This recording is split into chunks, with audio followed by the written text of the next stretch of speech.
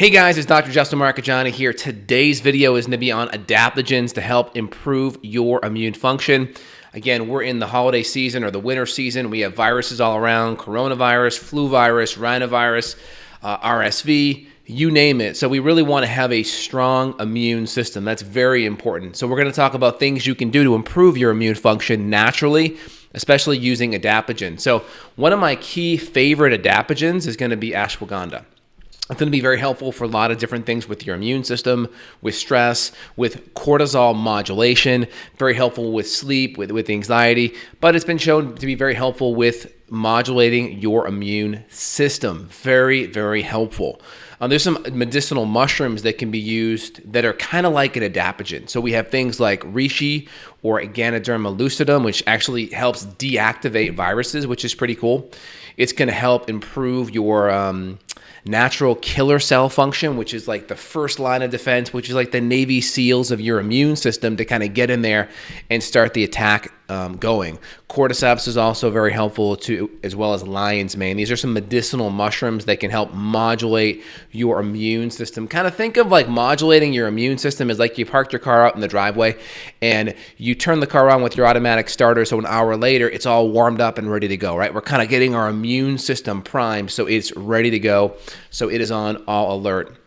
There are different nutrients that we can use too that's going to benefit the modulation effects. So obviously higher dose vitamin C is going to be very helpful with helping our macrophages so they can gobble up bacteria and viruses and obviously deal with the stress and the oxidative stress from the infections. I would say other things that we can do on top of that is going to be eleuthero is very helpful. That's going to help modulate our sex hormones.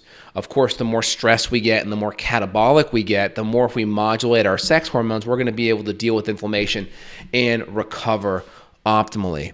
Another kind of in that adaptogen category is going to be astragalus. Astragalus is going to help improve B cell function, which is going to be the antibodies that come to the table. It's going to really help filter out our blood as well, and it's going to help really improve our immune response. So we kind of have like our natural killer cells, which are the first people to the table to deal with the immune response, and then we're going to have our helper cells that are going to come later, and then obviously our antibodies, right? We have a Th1 and a Th2 immune response. Th1 are the guys that come in first. That's like the Navy SEALs, the Delta Team, the Army Rangers, and then we have the infantry coming in a little bit later once we've had our intel and such. So hope that helps. Now, we can also do things like andrographis, which are going to have kind of an immune modulatory adaptogenic effect. We also have echinacea, especially echinacea roots, going to help improve in our immune response as well. And we can even do things like coconut extract, like monolaurin is actually very helpful because it can actually deactivate and kind of break down that viral envelope, right? The virus has an envelope that kind of protects it and prevents it from being seen by the immune system. So if we can expose that viral envelope, that means our immune system can see it and can attack it a lot better. A couple of things that don't really follow in the immune category or like from an adaptogen is just keeping the sugar consumption down, right? Sugar or glucose, C6, I think it's C6H12O6 is the molecular structure. Very, very similar to vitamin C. So it's been shown lots of glucose, lots of carbohydrates can actually dock on the macrophage where that vitamin C would typically go, and it can clog up that receptor. So too much sugar is actually going to inhibit your macrophages, which are like the big like Pac-Man and Pac-Woman of your bloodstream. They gobble up bacteria and gobble up viruses. So if we decrease vitamin C activation on that macrophage through extra glucose and extra carbohydrate, that can definitely have a negative effect. Get my celery juice here. Give me a sec. So in general, carbohydrate makes a big difference as well. My favorite herbs, again, ashwagandha for modulating the immune response. Reishi is going to be another one that I love. Astragalus, andrographis. A golden seal is also very good as well. And then, of course, various nutrients like vitamin C, etc. Now, a couple things you can do on the immune response, I'll do a video maybe later on today on it, is potentially nebulizing silver. Silver could be helpful if you already have an infection or already have something in the lungs. It has very antiviral qualities. You have to make sure you're using good quality silver, though, right? You hear about Argyria and people turning blue. That's only going to happen if you're have big silver molecules that your body can't excrete. And if you've got a 10 part per million or so from a silver supplement, you're going to be able to excrete it and it'll go out in your urine, not a problem. But silver has been around for hundreds of years. It's a little bit controversial, you read online, but in general, if you're using good silver, it's very safe, not a problem.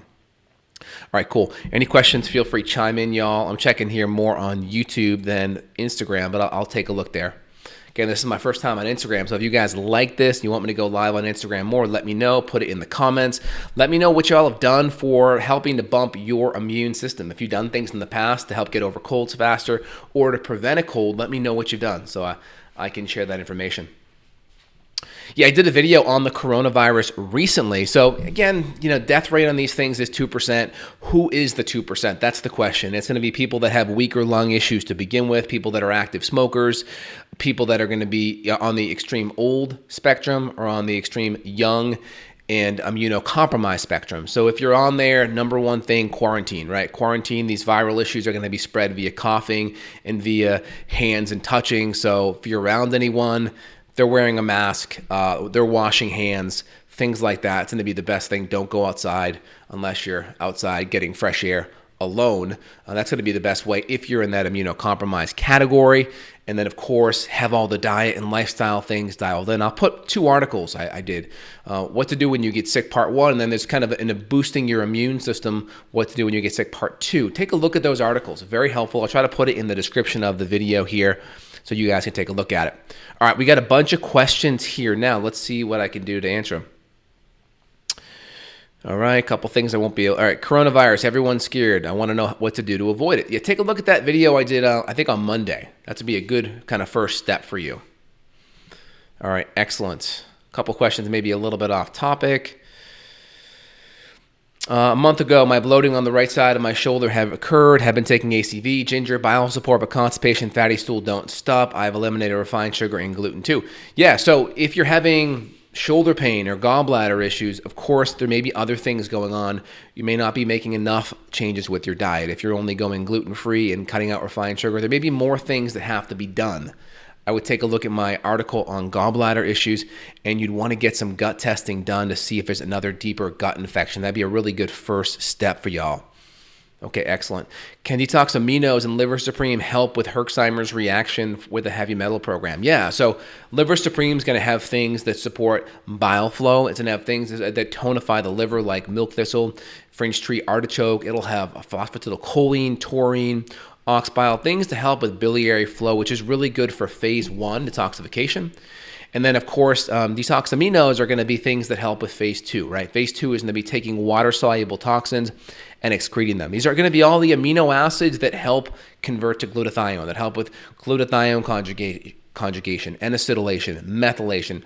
Things are very helpful, so that will definitely help. Of course, adding in some additional binders are going to be helpful too. So whether it's activated charcoal or whether it's a citrus pectin, those are all great too. What are the best things you can recommend to recover from birth? It depends. So, I mean, placenta encapsulation is helpful as long as you ate really good during your pregnancy. I think that's very helpful.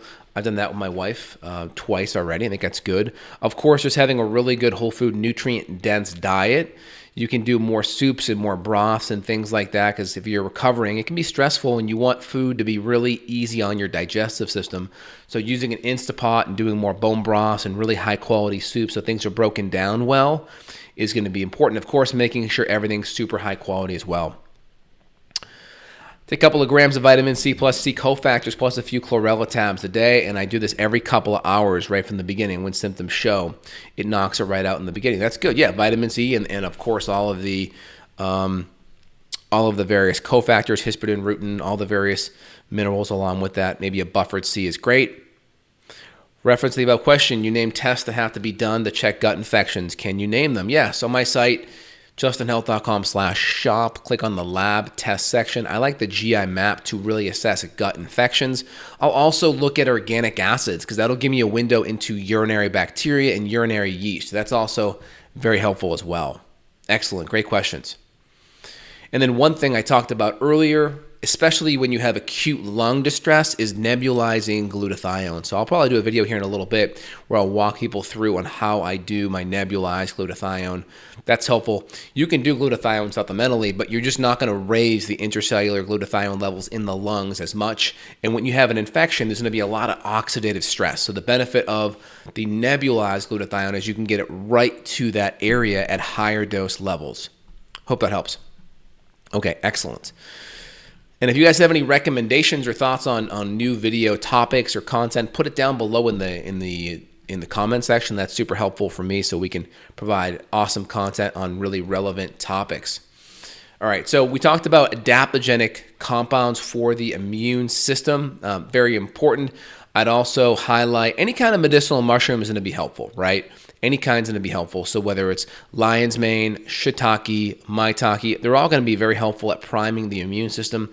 I like reishi or Ganoderma lucidum because of its beneficial effects on the viruses, which are awesome as well, and just bumping up the natural killer cells.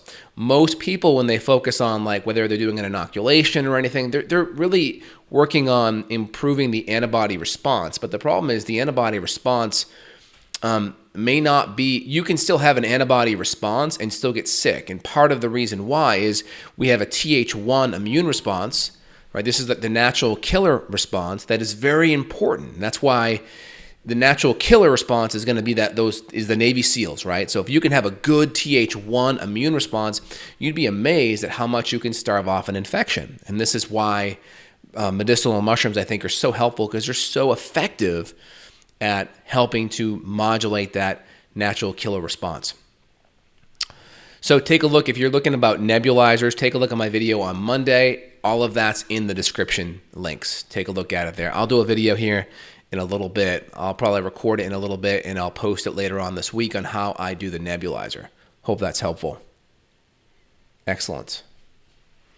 Yeah, someone writes in, Carnivore, the answer to autoimmune problems. In general, take a look at my video on YouTube that came out this morning. I talked all about autoimmune or all about carnivore diets and why it works or why it may not work. So take a look on YouTube.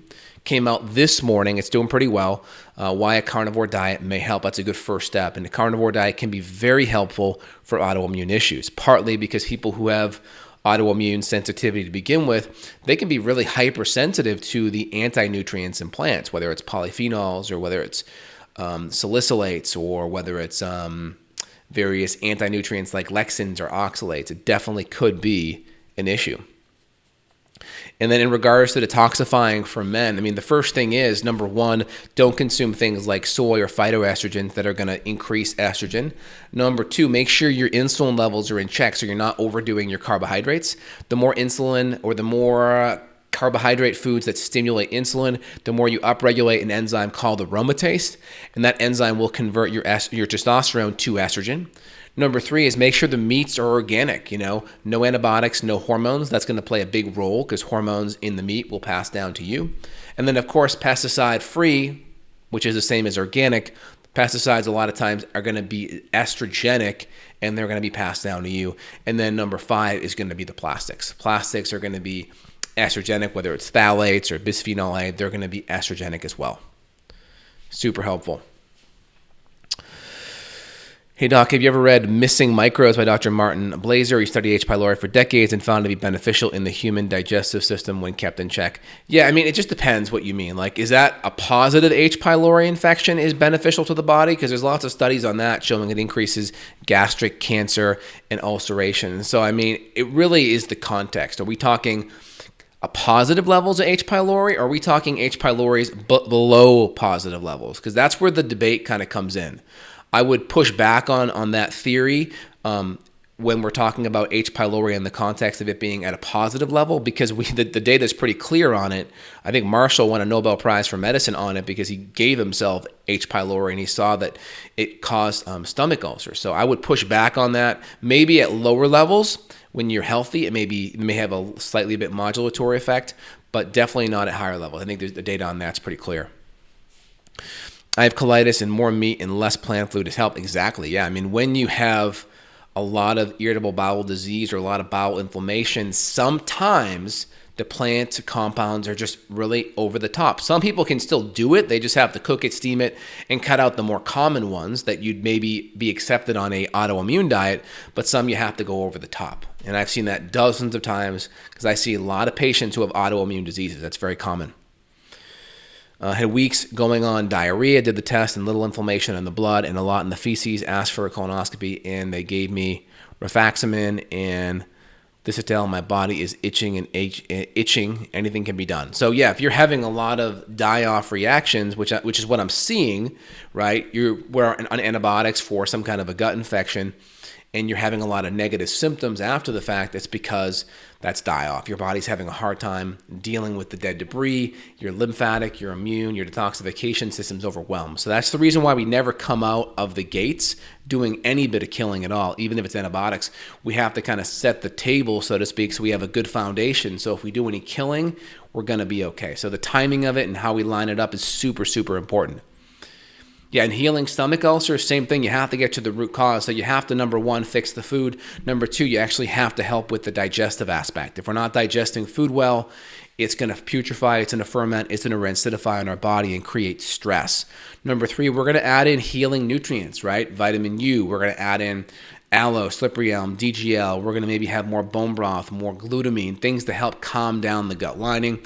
And of course, we're going to work on addressing the infection. And it could be H. pylori. It could be H. pylori and fungal overgrowth or parasites as well. It could be a combination of different things.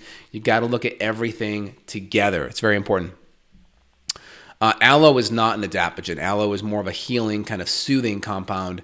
It's not going to necessarily be adaptogenic like you would see with ashwagandha or another adaptogen. Okay, excellent.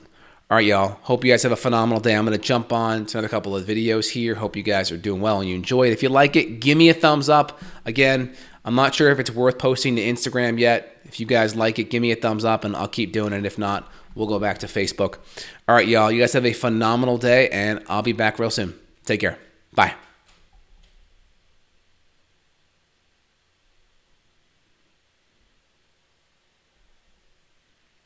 All right, take care, Facebook.